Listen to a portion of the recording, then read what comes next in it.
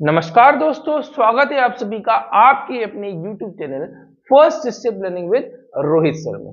दोस्तों, आज की वीडियो में हम जानने वाले हैं त्रिकोणमिति की सारणी के बारे में। मतलब इसमें हम सीखेंगे कि कैसे हम त्रिकोणमिति के सारे मानों को हम ज्ञात करते हैं और कैसे आप उनको लंबे समय तक याद रख पाएंगे। यदि आप ये सभी बातें जानना चाहते हैं, इसके लिए आपको सबसे पहले क्या करना होगा, एक लाइक का बटन दबाना होगा और वीडियो के अंत तक बने रहना होगा।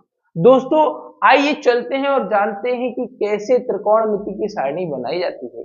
इसके लिए आपको क्या करना होगा, सबसे पहले हम देखेंगे साइन थीटा के सभी मानों को कि भाई कैसे साइन थीटा के सारे मान ज्ञात कर सकते हैं। तो इसके लिए आप यहाँ पर क्या करेंगे, यहाँ लिख लेंगे 0 डिग्री, 30 डिग्री, 45 डिग्री, 60 डिग्री और 90 डिग्री। यहां पर आप इन 5 कोणों के मान ज्ञात करेंगे। सबसे पहले साइन थीटा के मान को ज्ञात करने के लिए आपको क्या करना होगा, आप यहां लिख लेंगे 0, 1, 2, 3 और 4। इस तरह से काउंटिंग लिख लेनी है। सभी को 4 से डिवाइड करना होगा। ठीक है, क्या करना होगा, 4 से डिवाइड करना होगा। ओके, और उसके बाद सभी को रूट में लिखना होगा। ठीक है, क्या करना होगा दोस्तों, रूट में लिखना होगा। इस तरह से सारे मानों को आप रूट में लिख दीजिए। अब आप जैसे ही इसको सॉल्व करेंगे तो आपको साइन 0 का मान मिलेगा। इसको सॉल्व करते हैं तो साइन 30 का मान मिलेगा। इसको सॉल्व करते हैं तो साइन 45 का, इसको सॉल्व करते हैं तो 60 और इसको सॉल्व करते हैं तो 90 का। आइए सॉल्व करते हैं। 0/4 मीन्स 0/4 को सॉल्व करने पर आपको आंसर क्या मिलेगा, 0। ठीक है, तो साइन 0 की वैल्यू होगी वो कितनी होगी, 0 होगी। फिर साइन 30 वाली वैल्यू सॉल्व करते हैं, मीन्स 1/4 पर रूट लगा हुआ है, मीन्स 1/4 का वर्गमूल।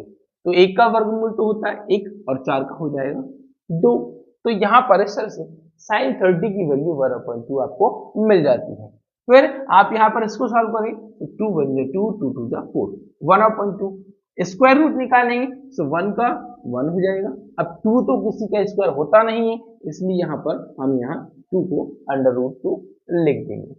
इसके बाद आप यहाँ देखिए 3/4, ना तो ये रिड्यूस होता है ना ही ये डिवाइड होता है। सो यहाँ पर 3 किसी का स्क्वायर नहीं है, इसलिए √3 और 4 का स्क्वायर रूट होगा 2, 4 का वर्गमूल हो गया 2। यहाँ पर 4 से 4 डिवाइड होता है तो आता है 1 और 1 का स्क्वायर रूट क्या हो गया मेरे बच्चों, हो जाएगा 1। और इस तरह से आप यहाँ पर कितने आसान तरीके से आप यहाँ पर साइन की सारी वैल्यूज को निकाल लेते हैं और यहाँ पर हमारे सारे साइन के मान आ गए। अब बात करें पूरी कंप्लीट सारणी की, तो आइए कंप्लीट सारणी भी हम सीखते हैं। तो इसके लिए आपको क्या करना होगा, कॉस थीटा के सभी मान निकालने के लिए आपको क्या करना होगा, साइन की सभी वैल्यूज को इस तरह से लिखना शुरू कर दी। ठीक है बच्चों, बहुत ही आसान सा तरीका है। साइन के लिए हमने जितनी वैल्यू निकाली थी, क्या करना है, उन साइन की सभी वैल्यूज को यहाँ पर रिवर्स ऑर्डर में लिख देना है। 1 यहाँ पर आ जाएगा, √3/2 आपका यहाँ पर आ जाएगा, 1/√2 यहाँ पर आ जाता है, 1/2 आपका यहाँ आ जाएगा और 0 डिग्री यहाँ पर आ जाएगा। और इस तरह से आप कॉस थीटा की सारी वैल्यूज को लिख लेंगे। ठीक है पर बच्चों, अब टेन थीटा की वैल्यू निकालनी है तो टेन थीटा की वैल्यू के लिए आपको क्या करना होगा, साइन की वैल्यू को कॉस की वैल्यू से डिवाइड करना है। ठीक है, एक हमारा फॉर्मूला होता है tan theta is equals to sine theta upon cos theta.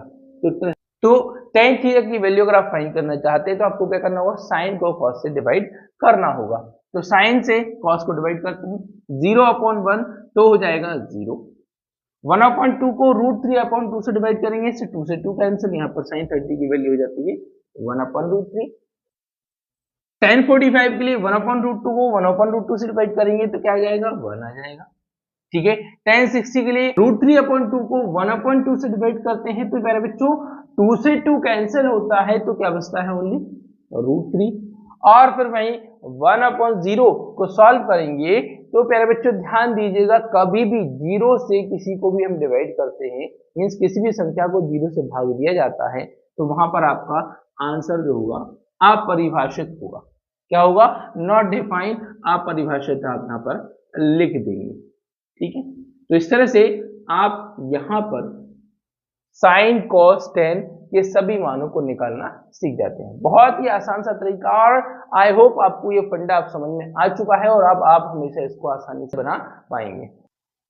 अब दोस्तों बात करें त्रिकोणमिति के अन्य अनुपातों की, तो जैसा कि हमने त्रिकोणमिति के परिचय में जाना था कि साइन का अपोजिट कौन है, कॉस का अपोजिट कौन है, टेन का अपोजिट कौन है, तो हम सभी अच्छे से जानते हैं साइन थीटा का अपोजिट होता है कॉसेक थीटा।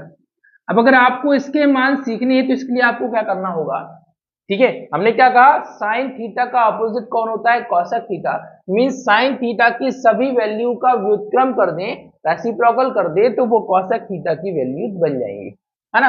अब जैसे कि 0 है, 0/1 का व्युत्क्रम करें तो 1/0 होता है, और 1/0 हमने देख ही लिया है वो क्या होता है, अपरिभाषित होता है, ठीक है। 1/2 का व्युत्क्रम क्या हो जाएगा, 2, तो कॉसेक 30 की वैल्यू हो जाती है 2।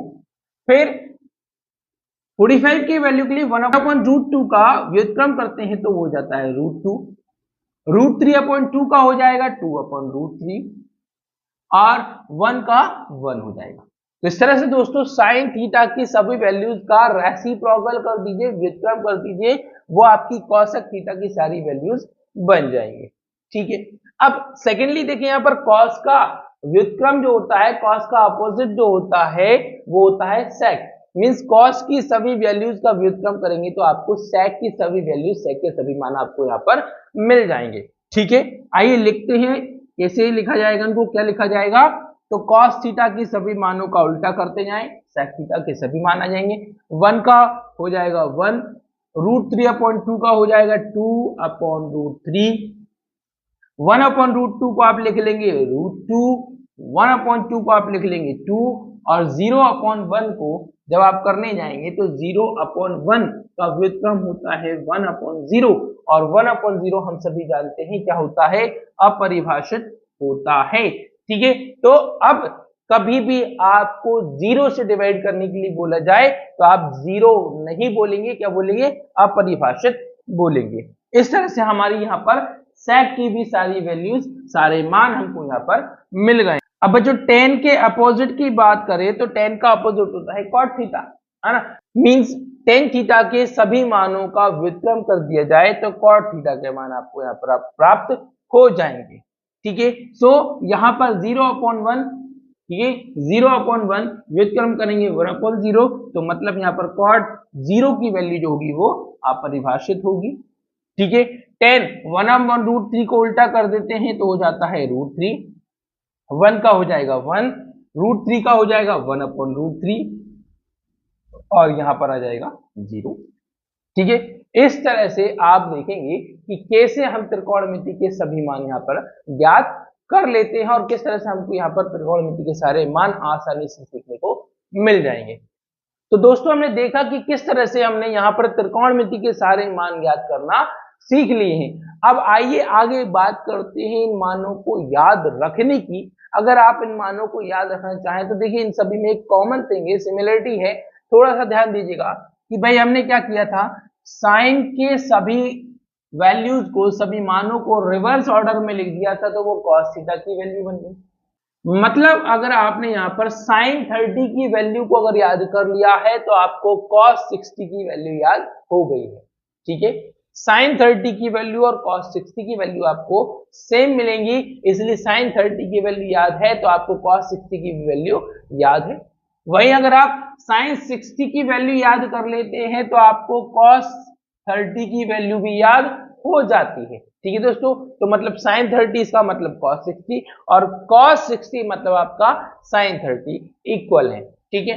तो आपको क्या करना है, साइन 30 और कॉस 60 याद रख लेना है, इससे साइन 30 और साइन 60 याद रख लेना है, इससे आपको कॉस 30 और कॉस 60 भी याद हो जाएंगे, ठीक है। अब देखिए साइन 45 1/√2 तो कॉस 45 भी 1/√2 होता है, ठीक है। तो यहाँ पर ये तीन मान तो आपको यूं ही आसानी से याद हो गए हैं, किस किस के, साइन थीटा के और कॉस थीटा के।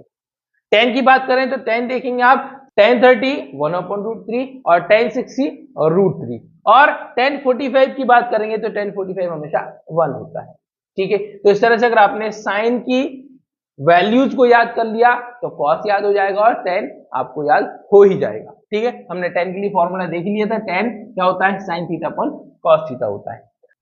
अब हमने जान लिया कि साइन का अपोजिट होता है कॉसेक, तो साइन की जितनी भी वैल्यू आपने याद की उनका व्युत्क्रम कर देंगे तो आपकी कॉसेक की वैल्यू बन जाती है।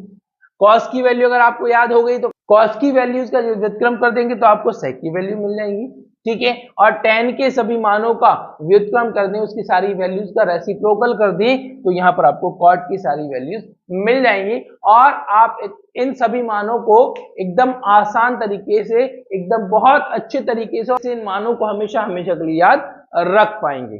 तो दोस्तों वीडियो पसंद आई हो तो फटाफट से वीडियो को लाइक जरूर कर दें, चैनल को सब्सक्राइब करना ना भूलें। इसी के साथ मिलते हैं अगले वीडियो में, तब तक के लिए वंदे मातरम, जय हिंद, जय भारत।